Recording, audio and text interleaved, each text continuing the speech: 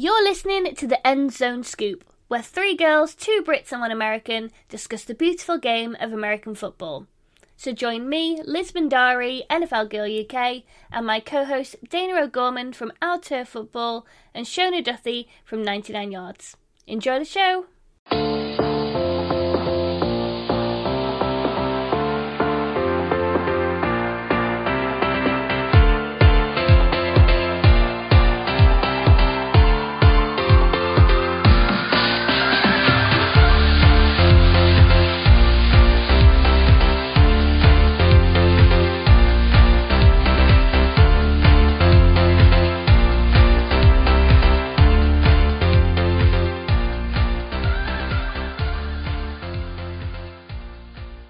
Everyone, and welcome back to End Zone Scoop. The playoffs are underway, but today we're going to be talking about the movers and shakers when it comes to head coaches and coordinator positions, the upcoming playoff games, and the women leading away in the NFL. But before we get into that, ladies, how are we feeling after that wildcard weekend? Oh, there were some surprise losses, kind of. If you said to me the Steelers might lose to the Browns, I'd be like, well, actually, probably. But if you told me that the Seahawks offense was going to implode on itself and Space Jam 3 came back out, then no, I wouldn't have said that was going to happen. I kind of disagree with that. I wasn't as shocked that Seattle lost to the Rams, and I wasn't shocked that the Steelers lost to the Browns, because what do those two games have in common? They're divisional matchups. And what teams know each other better than divisional teams? The Rams, now was I surprised to see it the way Seattle played? Yes and no. If you look at the last few games, there was definitely some question marks there. But overall, I think when you end up with a divisional matchup in the playoffs, it's a big question mark. If both teams are that good to get to the playoffs, you never know what's going to happen. But the rest of the games kind of fell, I think, the way that most of us thought they would. Yeah, definitely. I agree with that.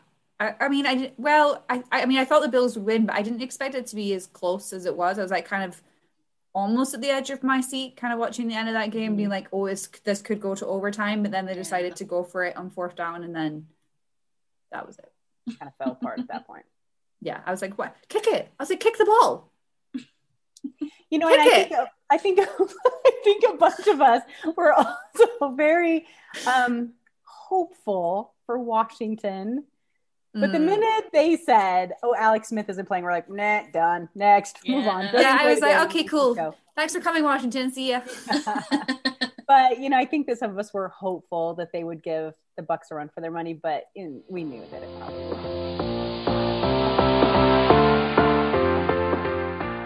Well, hey, listen, let's get into today's topics. Shona, why don't you kick us off? So I'm going to chat about head coaches because there are a few still available. Obviously, we heard the news today that Urban Meyer is likely to go to the Jags, which is not a surprise. It's been muted for quite a while that he wants to coach in the NFL. Personally, I don't know if I would go with that choice, but I'm not saying he's a bad coach. He's a great coach, but personality-wise, maybe not the best choice. Anyway, moving on. But we have some, teams that are still looking for their head coaches. Obviously, the Eagles are now in that position because they got rid of Doug Peterson. But there is rumors that he might be going to the Jets. Then there's the Detroit Lions. There's a lot of Falcons, Houston Texans, the Chargers, and I mentioned the Jags and the Jets. So it's really interesting to see how this all will go. I know Eric Bieniemy is a top pick for a lot of teams, and you can understand why. That Chiefs offense is so exciting to watch, but they're not going to get interviews with him until after the Chiefs are out of the playoffs or they go on to win the Super Bowl. So they'll be waiting a long time to be able to speak with him. And then there's a few other candidates, obviously, that's being muted around. I know the Eagles are maybe trying to have some laughs with the Cowboys by asking to interview their offensive coordinator, but it will be interesting to see how it all plays out. And there's so many positions available at the minute, so this off season is going to be super interesting to see how it all unfolds and who heads where. We could likely see some head coaches former head coaches go into coordinator positions along the way. And another interesting one I saw, which is it's a less slightly different, is the former Texans coach is going to be going to college as an offensive coordinator, I believe. So that he's gone from being his own man and general manager and coach to assistant. Bit of a step down in college, but maybe that's what he wants to do. It was not a great time for him at the Texans. And then another interesting one is obviously the Seahawks are now also looking for an offensive coordinator. I think me and Dayna may be slightly different on our views on this one. I wasn't surprised that Shotty went. I was surprised when they said it was creational differences or a different way of philosophy. Basically, Pete wants to run the ball, Brian doesn't. Maybe. Kind of, yeah. So we'll see how all that unfolds. So it'll be really interesting. So where do you guys see people going? I know Robert Saleh has been interviewed quite a lot as well. Joe Brady is also a hot property. Where's this all going to unfold, or do we not really know? I think, pretty much with Urban Meyer being a done deal, basically a done deal in Jacksonville, which is fascinating. As you mentioned, he is the, probably the top college coach in history. He's probably he's going to run with that, that title, and deservingly so. I mean, no one can argue that. The interesting thing is occasionally an NFL or a college coach can translate to the NFL, but it doesn't always happen. And I'm interested to see with someone with as much success as he's used to and the constant change of personnel that college ball brings to these coaches, how he'll do at the professional level. I know that those players will respect him. I know that it's going to be fascinating to watch him build a team because probably he's the best scout out there because he's had to play all these kids over the years. So it'll be interesting to see what he does there, but it'll be interesting to see maybe some of those veterans and stuff, how they'll switch it over and what kind of scheme he'll come up with. He also has an interesting owner he has to deal with, an owner that really wants that team to move to London. Taking Urban Meyer to London is not something that will happen. And so that'll be really interesting, but it will put some butts in the seats in Jacksonville. And they really need to kind of, boost that fan base back up a little bit.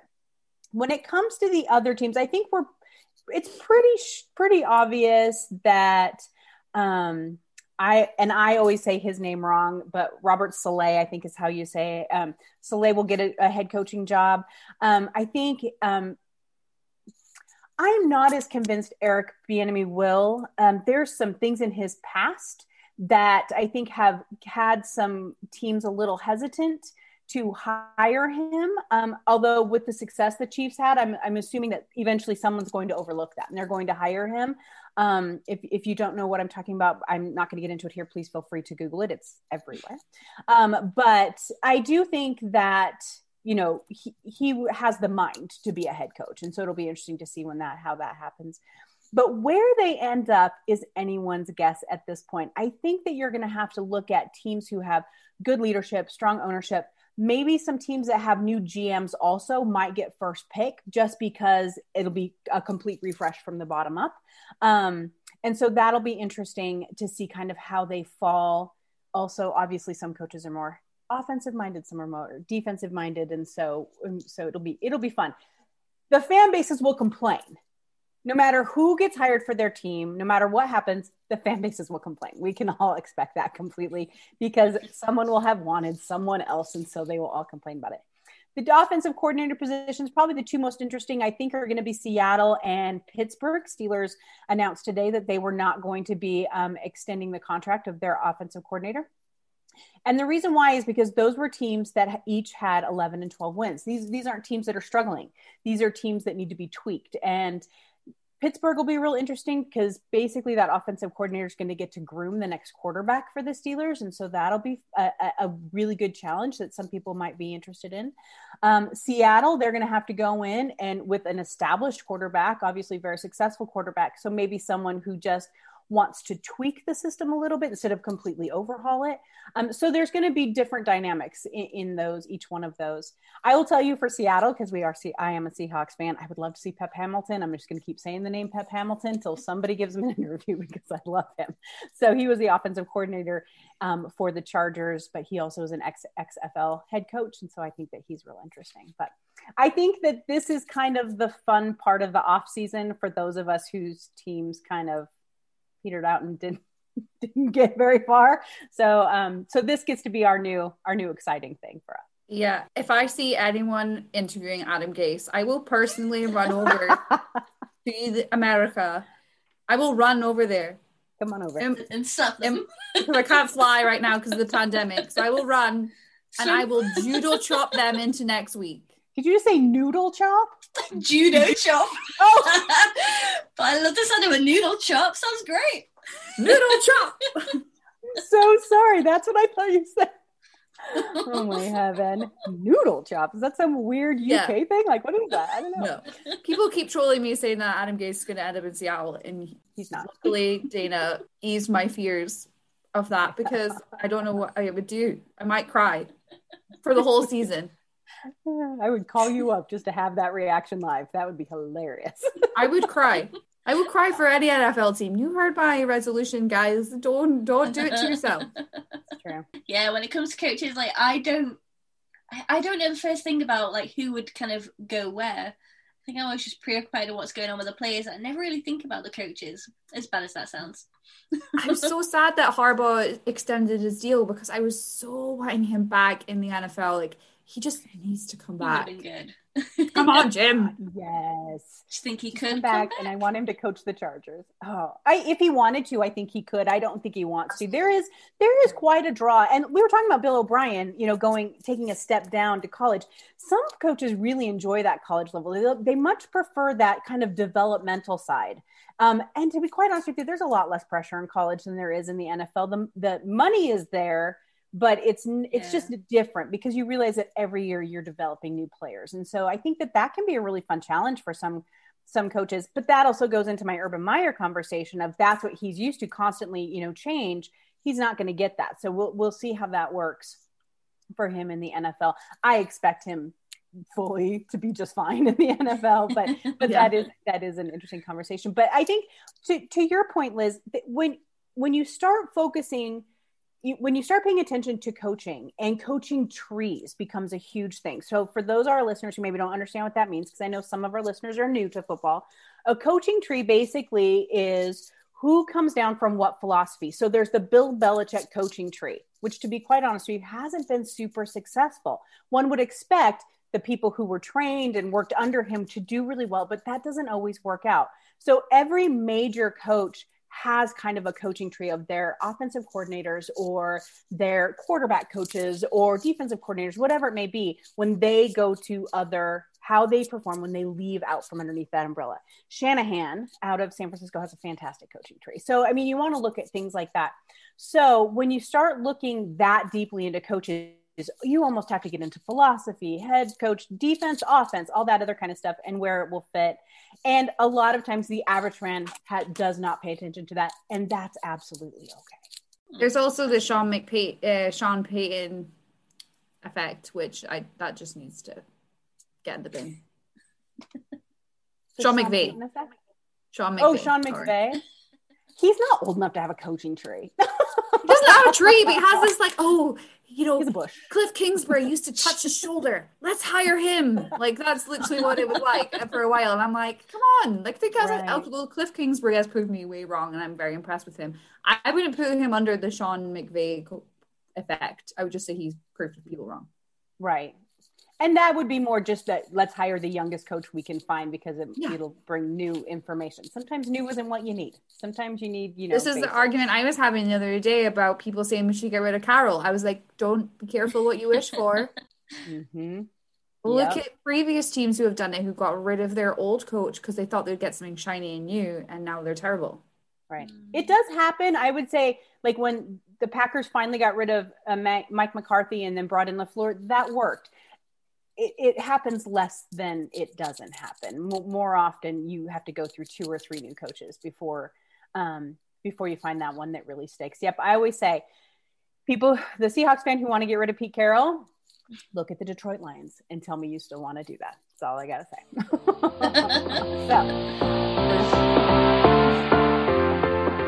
All right. Well, let's move on, you guys. I want to talk about the upcoming playoff games. I think that's what everyone has kind of on their mind right now.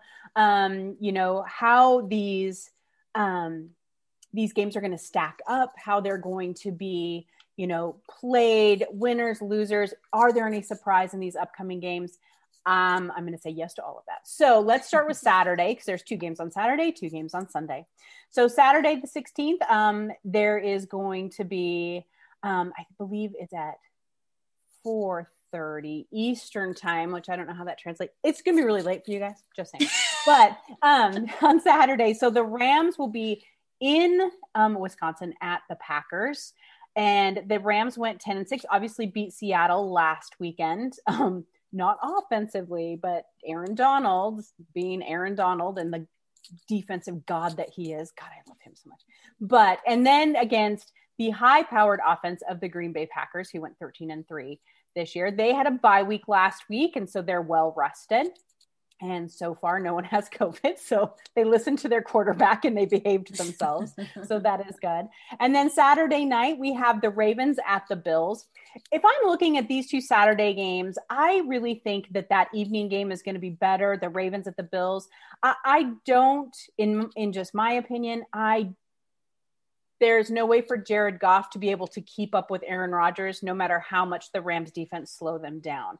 I think that this is going to be Aaron Rodgers and Devontae Adams on display.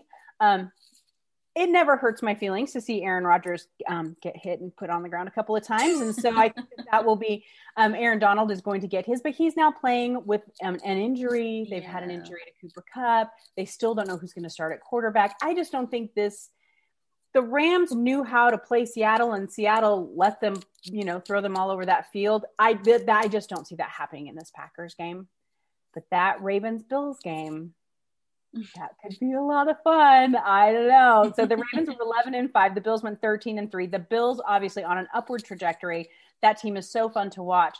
But the Ravens have not given up, and they are there and meant to be heard. So I think that one is going to be a little bit more of a battle. So, Shona, I'm going to start with you. Of the 2 Saturday games, which one do you think will be more fun, and who do you think is going to win those 2 games?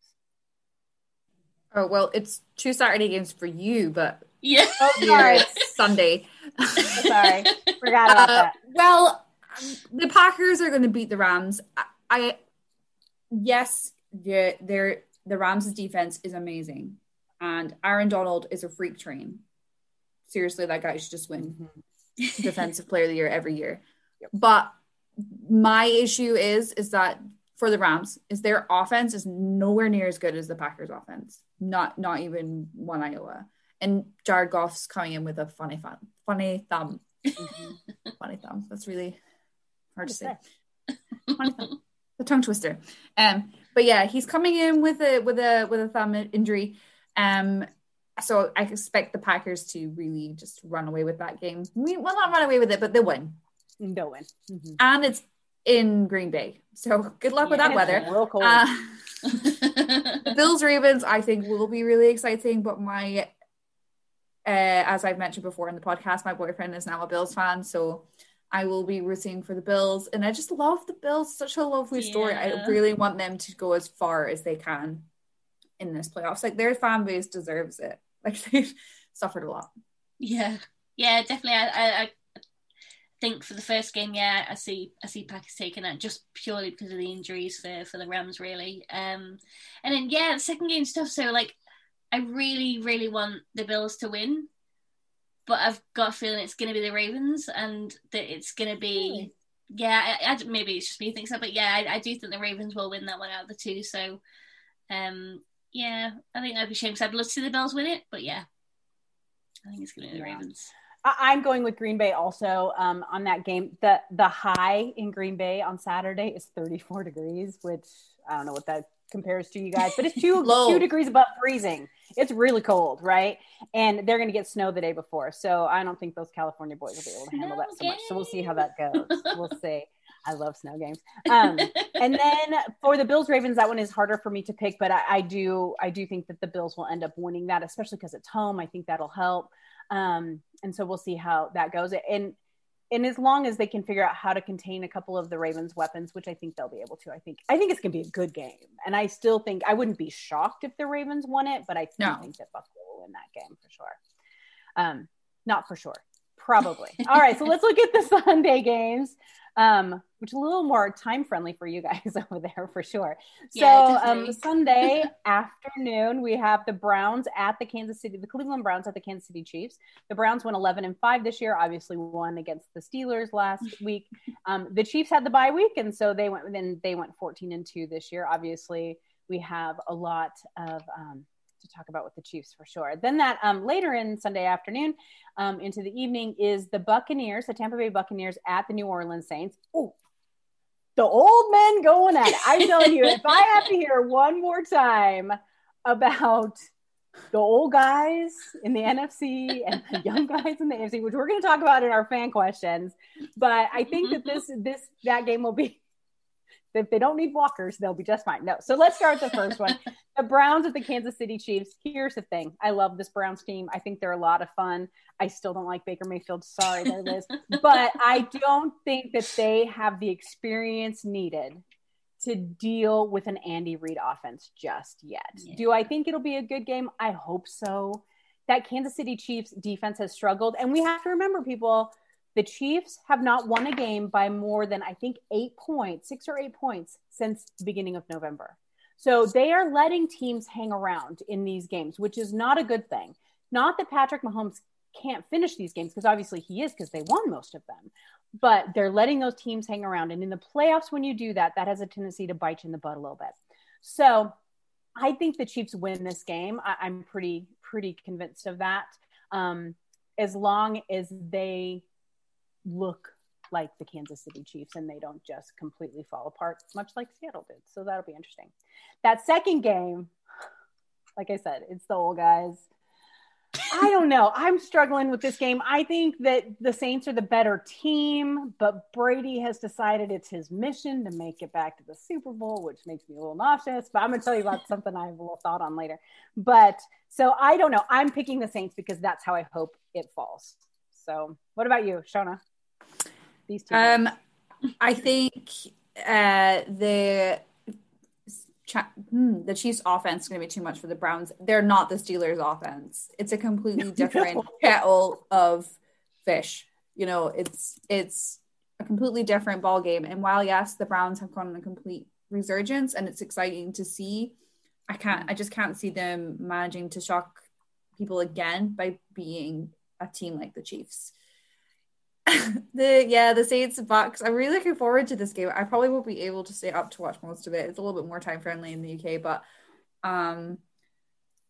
it's kind of like, I feel like it's like an old John Wayne movie, you know, when like they come out of the Wild West saloon and it's like their way to draw the Pistons. That's what it's going to be like with Breeze and Tom Brady. And I really want the Saints to win because I feel like they've had a little bit of a rough ride in the playoffs for a while.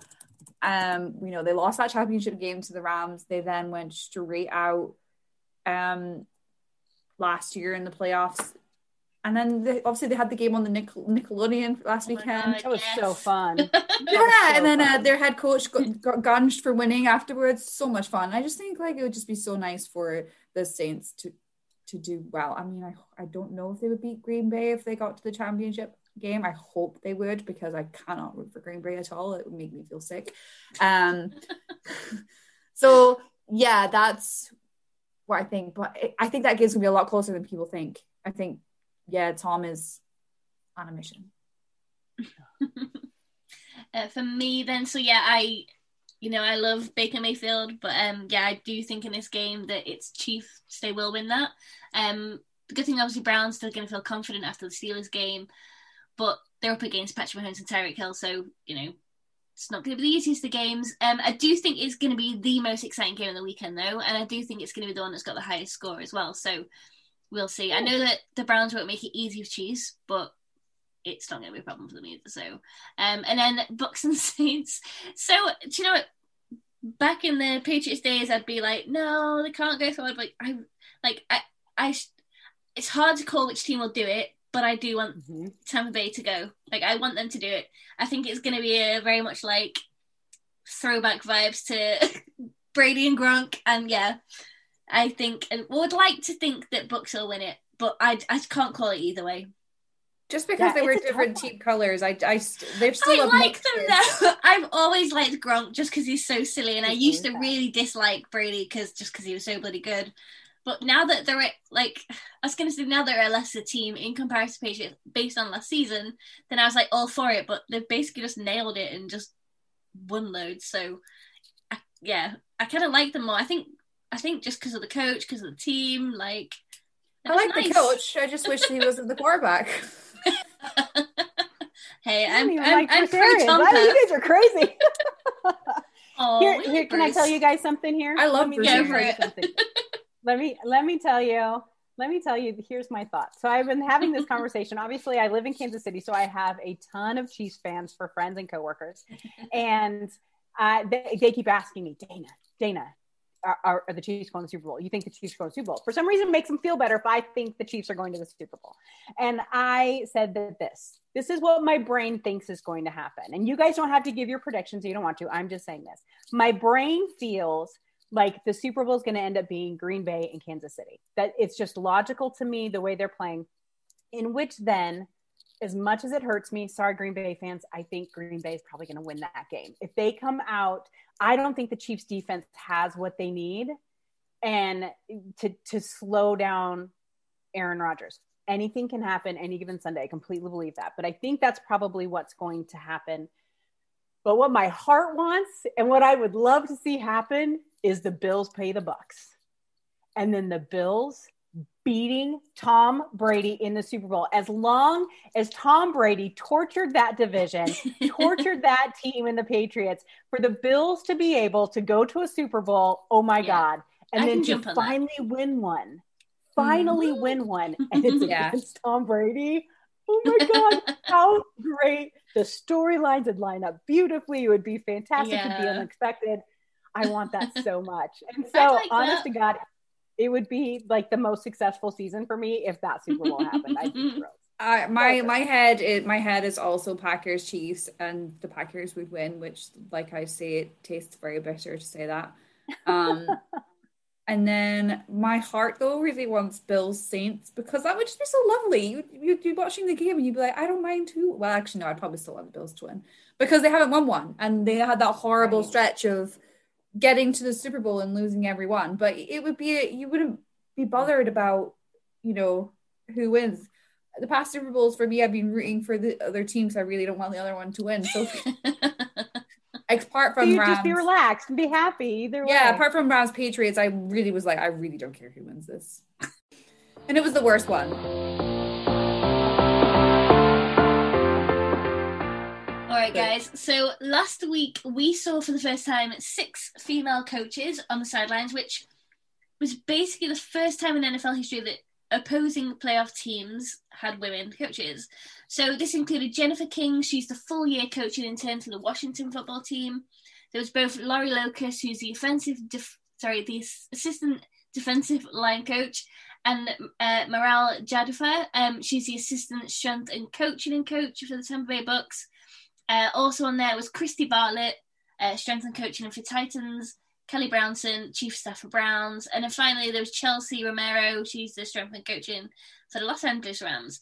Now, last week obviously saw Bucs, Browns and Rams go through to the divisional round, which meant there was 4 women following the footsteps of Katie Sowers. So for those who don't know who Katie is, she's the offensive assistant coach for the San Francisco 49ers. And last year, she basically became the first woman and openly gay coach to help lead a team to the Super Bowl.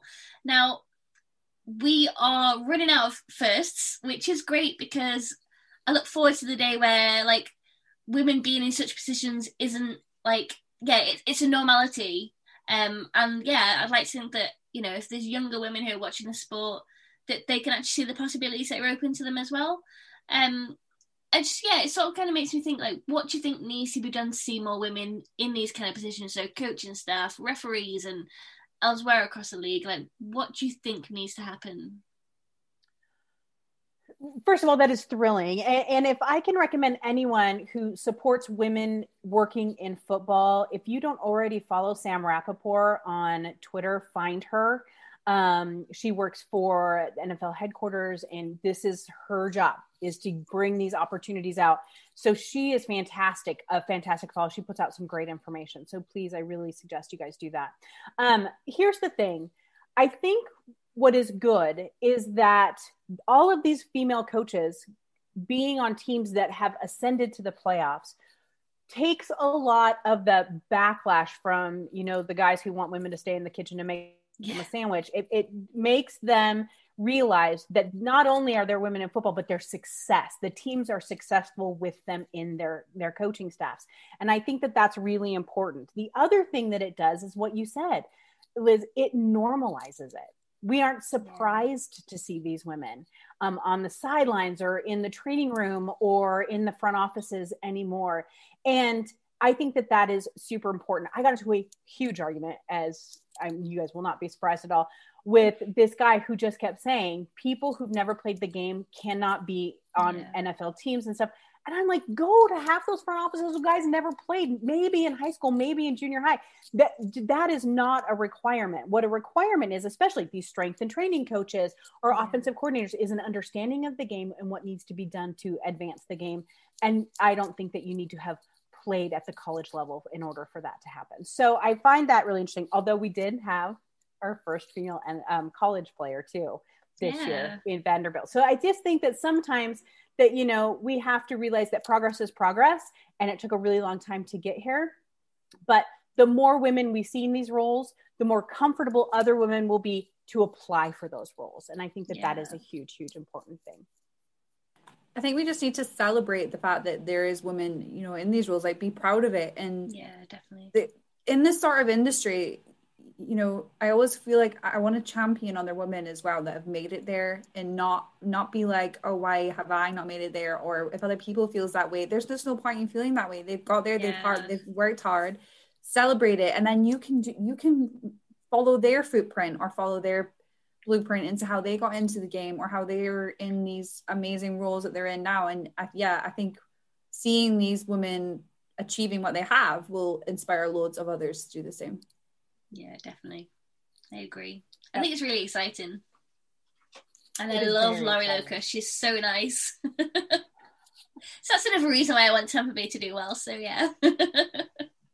Let me make one other point before we move on to our listeners' questions. So a few years back, I was lucky enough to interview Dean Blandino, who at one point was the vice president of officiating for the NFL. And the conversation he and I had was about the lack of officials and referees, period. Not just men, not just women, but period. And that is starting at the very low, flag, league levels with little kids all the way up to the NFL. There is a huge, amazing shortage of referees. Yeah. And so it is the perfect opportunity. And he was strongly encouraging women to get into that field. If you like football, if you understand it, he even said it was baseball, soccer, it's everyone. Why? Because people don't want to listen to the parents of the kids screaming at them on the sidelines. I mean, seriously, that's one of the reasons he came up with.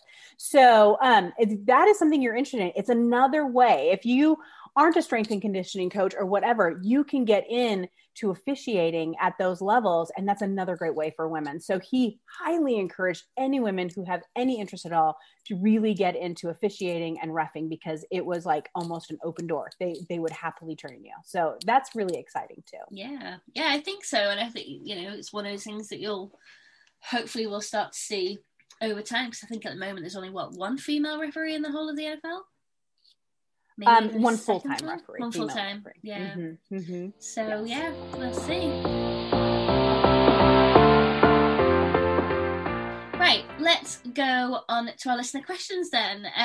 So the first two are from Chris Lawton. Chris, firstly, thank you so much for your support week in, week out. We appreciate you. His first question is, how wild is it now that Phillip Rivers and the Colts are out of the playoffs, that the oldest AFC quarterback in the postseason is Baker Mayfield? Oh, yay. Let's all celebrate Baker. Woke up feeling dangerous. Don't hate. Anyway, I don't know. Like, is it that surprising? I guess it is. But I mean, how old is he? Like what, 20, under 25 for sure. But, 25, 26, maybe. Okay, yeah. there. These young guys have proved that they're good enough to be in the NFL and good enough to be in the playoffs. I don't think really age comes into it, to quote Alex Ferguson. So I don't think it's that surprising. I think the teams that are left have, well, apart from Goff, I don't have. He's a bit beige. He's a bit like Kirk Cousins. He's good enough, but he's not exciting. I think they've built around these guys, and they've got good players protecting them, and they've got good defenses, because you need both sides of the ball to be playing well to make sure you get a good run in the playoffs. So I don't think it is that surprising. Can I look at it another way? Go on.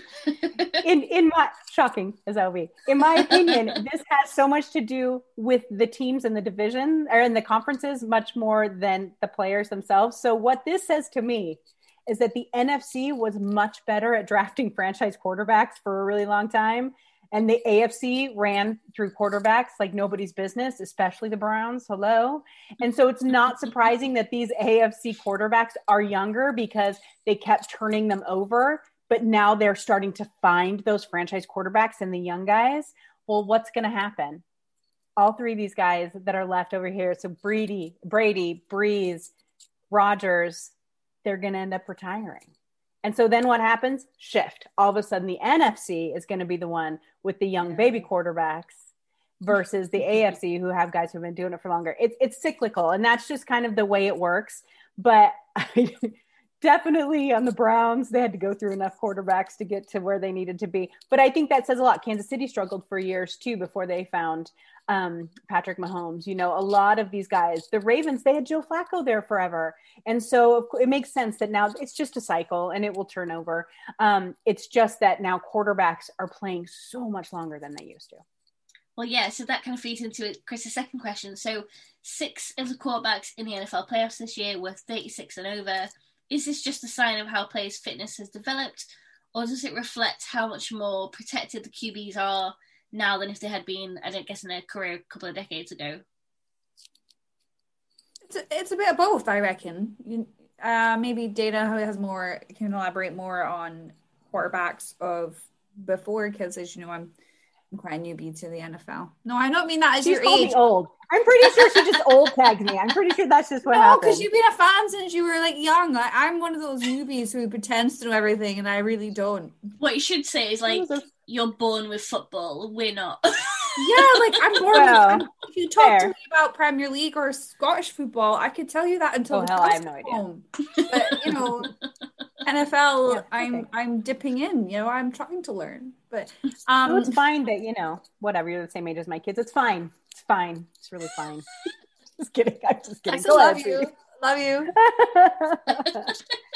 Oh my god. So yeah, fitness obviously does play a massive part. You know, you're seeing footballers over the UK playing longer. You're seeing rugby players playing longer. Obviously, injuries and how people recover, that's also a major factor. We've just seen Alex Smith coming back after that horrible injury. Right. I don't think medical equipment would have been, or science would have been that progressive 20, 30 years ago for an injury like that to come back. So yeah, true.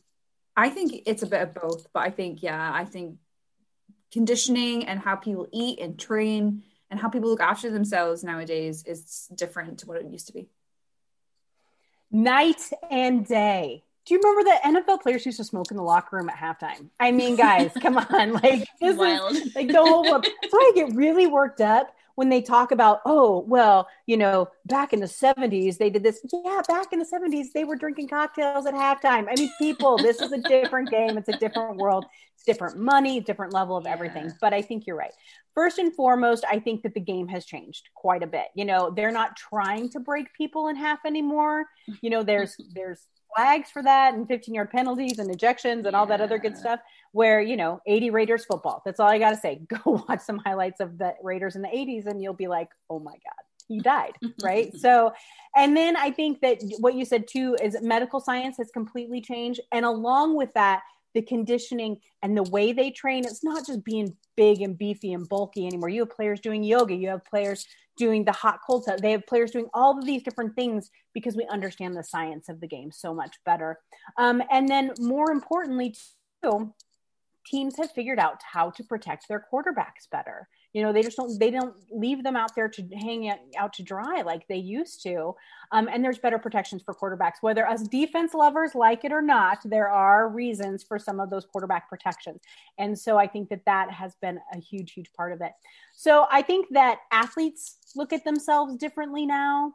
I think that they understand that their bodies are their job now instead of just going out and crushing skulls. And so I think that is the huge part of it. But I think a lot of it, Alex Smith is a perfect example. The same injury happened to Joe Theismann. And if none of you have ever watched that film, don't. But it's really hard to watch, but you can feel free. Lawrence Taylor absolutely destroyed him. You ever seen The Blind Side? That's what she's talking about at the very beginning is the Joe Theismann Yeah, I've thing, seen right? it. Yeah. Yeah. So Joe Theismann never played another down of football. Alex Smith just played an entire season. Yeah. And I think that just goes to show how different the world we are in now. Yeah, definitely. And final question is from Brian. He asks, was Jamal Adams worth what Seahawks gave up for him? Okay. This is a huge fight. So as I don't know if some of you guys know, I do a Seahawks podcast with the Hawk Clogger guys. It's called Real Hawk Talk. We also have a group chat. And I'm not going to say with the group chat, but let me tell you, this is a fight that goes on all the time between the analytics guys, the draft guys, the play on the field guys. It's interesting. But then it's not just them. The Seahawks Twitter has fought about this forever. My answer to this is yes. He absolutely has been worth what they gave up for him, and they gave up a lot. First round picks. We're talking about a lot of stuff, right? A player, Bradley McDougall, all that other good stuff. Who I really liked Bradley McDougall. So that was a little hard for me. But here's the way I look at it. Of all drafts this year, to not have a first round pick is okay. Because this draft is going to be unlike any other. These players did not have a full season. They do not have full tapes on them. There's probably not going to be, the combine, they're going to be a senior bowl, but the combine isn't going to happen. And so they have to do private workout. It's going to be a mess. Yeah. So of any year, this is the year. But I look at it this way. You took that first round draft pick. You turned it into a multiple year all pro player who's in his rookie contract. He's a baby still. It was a fantastic decision, and I'm thrilled Seattle did it. I completely agree. If you look at our first round draft picks, over the last few years, they've left a little bit to be desired, and we've now changed that into Jamal Adams. I'm happy with that, and I like you, Dayna, really sad to see Bradley McDougall go. I was a massive fan of him. So excited I got to see him play at least once in Seattle. But I think it was the right decision. And especially this year, this year's going to be the weirdest draft ever. There's going to be the first 3 picks are going to be exciting. And then you're going to be like, who knows what curveballs are going to be thrown in, because they've not been able to play the whole season. The combine is where you really get to show off your skills, or you don't get to show off your skills, actually, because people kept saying DK Metcalf was terrible at the combine. Well, look how that turned out. But I'm not that fussed about the fact that we don't have a first round pick. How many times have John Snyder traded out of the first round anyway? Right? Exactly. Everyone's like, Seattle picked in the first round. It was insane. They never did. They were always like, and Seattle is traded. We're like, yep, there it is. You knew it was coming. So I think Jordan Brooks has actually been quite impressive for a first round pick. Yes. I actually am really impressed with him, but he's few out of quite a few picks over the last few years. And I also like Penny, but he's been injury prone. But that's just a personal opinion. And I just think you're right. We get here's Seattle at 28 and they've traded, and you're like, right. Okay. Yeah. Yeah. Knew it. We'll see you tomorrow. I'll wait till 63 then. Okay.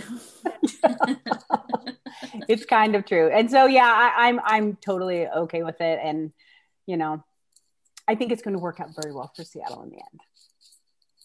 Me too. I think they have the least problems moving forward. I feel like, yes, our playoff didn't end well, and that is disappointing. But I don't think we're as in trouble as Seahawks Twitter would let you believe. Seahawks Twitter is a whole other thing. Oh, I feel like we have a lot of like fans that have jumped on the Super Bowl bandwagon and expect to just get a Super Bowl every year. And I'm like, well, that's not how the NFL works. Ask Drew Brees. I always say that. Ask Drew Brees how easy it is to win that second Super Bowl. It's not easy, but yep, I think that it'll be fine. I think it'll be good. And we could probably do a whole show on the Seahawks. And maybe we should do that in the off season because we all three of us know so much about them. Because we do talk about them a lot. We do. But yeah, they and a handful of other teams that are no longer in the playoffs, they're going to be just fine. There's a whole bunch of teams that aren't. So if your team actually has a functioning front office and a decent quarterback, you're good. And John's resigned. Sorry, Detroit.